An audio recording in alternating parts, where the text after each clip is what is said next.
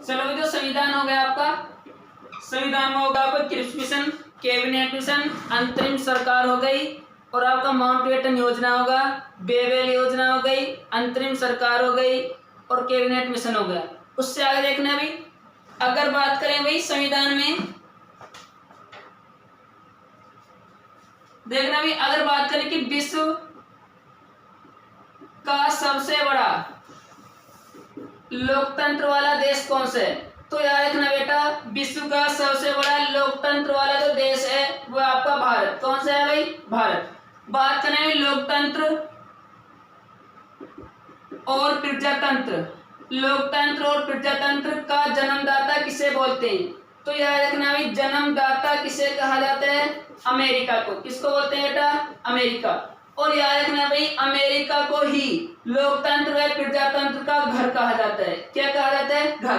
तो ये क्वेश्चन याद रखना, विश्व में सबसे बड़ा लोकतंत्र वाला देश कौन सा? भारत। विश्व में सबसे बड़ा लोकतंत्र हो गया भारत का, जबकि लोकतंत्र व प्रजातंत्र का जन्मदाता किसे बोलते हैं? अमेरिका को। और किसे लोकतंत्र प्रजातंत्र का घर बोलते हैं? अमेरिका।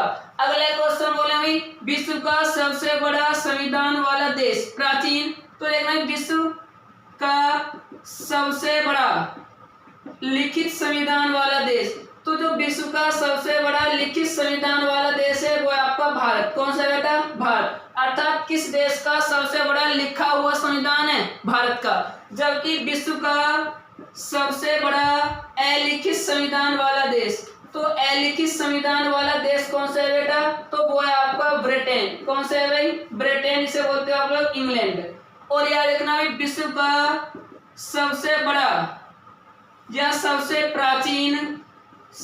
प्राचीन संविधान वाला देश, तो जो विश्व का सबसे प्राचीन संविधान वाला देश है वो आपका अमेरिका। और याद रखना, विश्व का सबसे प्राचीन लिखित संविधान वाला देश भी कौन सा है? अमेरिका। तो ये 2-4 क्वेश्चन याद रखने हैं भाई। विश्व का सबसे बड़ा लोकतंत्र वाला देश कौन सा? भारत। अगला क्वेश्चन, लोकतंत्र प्रजातंत्र का जन्मदाता कौन? अमेरिका। किसे लोकतंत्र प्रजातंत्र का घर बोलते हैं? अमेरिका को।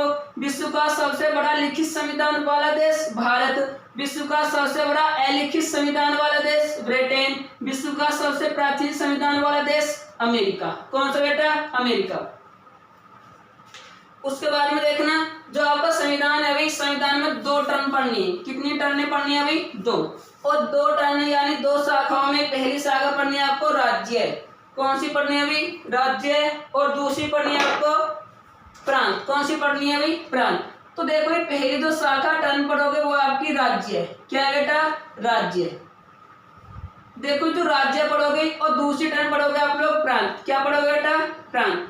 अगर हम बात करूं तो राज्य है भी, राज्य के अंतर्गत क्या पढ़ना है, तो अगर क्वेश्चन क्या आता है कि राज्य के कितने अंग होते हैं, तो राज्य के कितने अंग होते हैं या राज्य के कितने तत्व होते हैं, तो देखो बेटा, राज्य के 4 अंग होते हैं या 4 तत्व होते हैं। राज्य का जो पहला अंग है, पहला तत्व है, उसे बोलते हैं भूमि, या इसी का दूसरा नाम है क्षेत्र।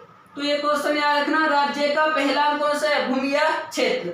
और राज्य का जो दूसरा अंग है, राज्य के दूसरे अंग को बोलते हैं बेटा जनसंख्या। क्या बोलते हैं बेटा? जनसंख्या।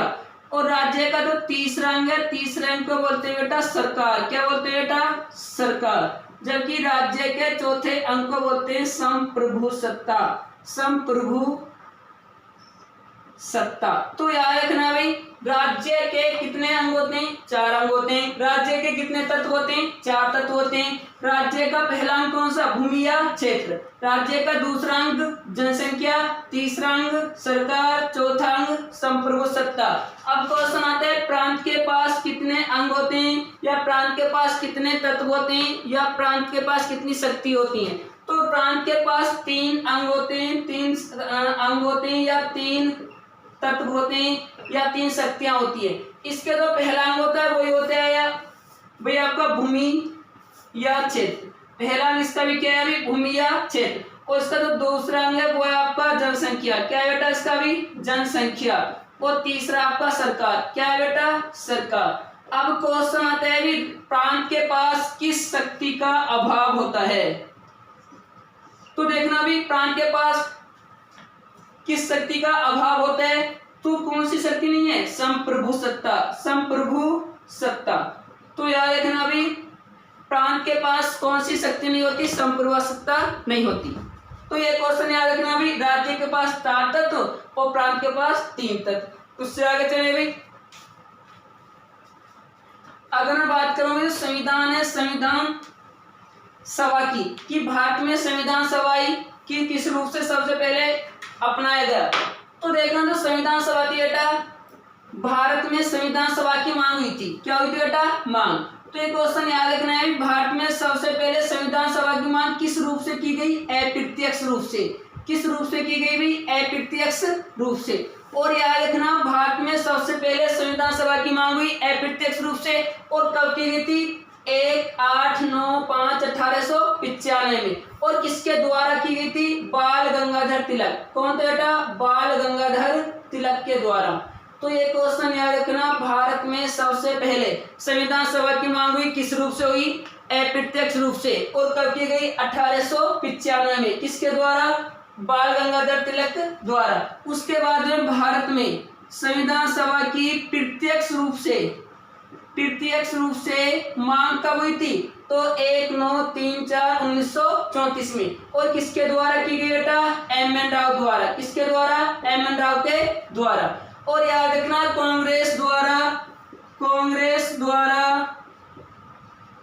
संविधान सभा को कब स्वीकृति प्रदान की गई थी? तो कांग्रेस ने कब स्वीकृति दी थी बेटा? 1/9/3/5/1935 में। तो याद रखना भाई, भारत में सबसे पहले संविधान सभा की मांग हुई किस रूप से हुई भाई? अप्रत्यक्ष रूप से। और कब हुई भाई? 1895 में। किसने की? बाल गंगाधर तिलक ने। और दूसरी हुई थी भाई प्रत्यक्ष रूप से कब हुई? 1934 में। किसने की? एम.एन. राव ने। कांग्रेस सरकार द्वारा कब स्वीकृति मिली? 1935 में। उसके बाद याद रखना इससे पहले 1922 में। कब बेटा? 1922 में महात्मा गांधी ने कहा था। किसने कहा था? महात्मा गांधी ने कहा था कि जो भारत का संविधान बनेगा, किस देश का संविधान? भारत का जो संविधान बनेगा वो भारत की जनता के अनुसार बनेगा। किसके अनुसार बनेगा बेटा? भारत की जनता के अनुसार। तो ये नोट पॉइंट याद रखना भी, किसने बोला था कि भारत का संविधान भारत की जनता के अनुसार बनेगा? महात्मा गांधी ने। और कब बोला? 1/9/1922 में। तो ये 2-3 क्वेश्चन याद रखना भी। आगे बात करें भाई, जो भारतीय संविधान है, भारतीय संविधान के संवैधानिक सलाहकार कौन थे? भाई बिल्कुल जहर सा क्वेश्चन है, कतई जहर क्वेश्चन है। संवैधानिक सलाहकार कौन थे? तो वो थे आपके बी.एन. राव। कौन थे बेटा? बी.एन. राव। तो ये क्वेश्चन याद रखना भाई, संविधान सभा के संवैधानिक सलाहकार कौन थे?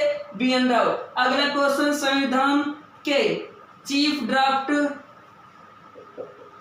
या इसी को बोलोगे बेटा मिस्त्री, या इसी को बोलोगे शिल्पकार। संविधान चीफ ड्राफ्ट मिस्त्री या शिल्पकार कौन थे? तो वो थे आपके एल.एन. मुखर्जी। कौन थे बेटा? एल.एन. मुखर्जी। तो ये क्वेश्चन याद रखना भी, संविधान सभा के या संविधान के चीफ ड्राफ्ट मिस्त्री या राज या शिल्पकार कौन थे? एल.एन. मुखर्जी थे। जबकि संवैधानिक सलाहकार कौन थे? बी.एन. राव थे।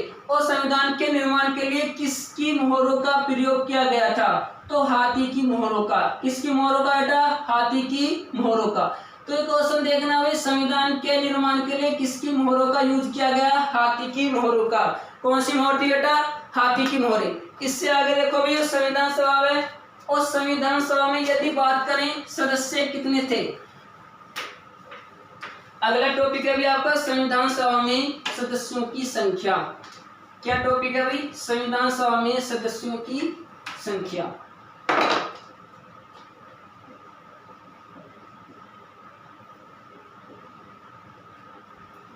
अगर बात करें संविधान सभा में सदस्यों की कुल संख्या कितनी थी, तो देखना भी सबको पता है कि संविधान सभा में कुल सदस्य कितने थे भाई?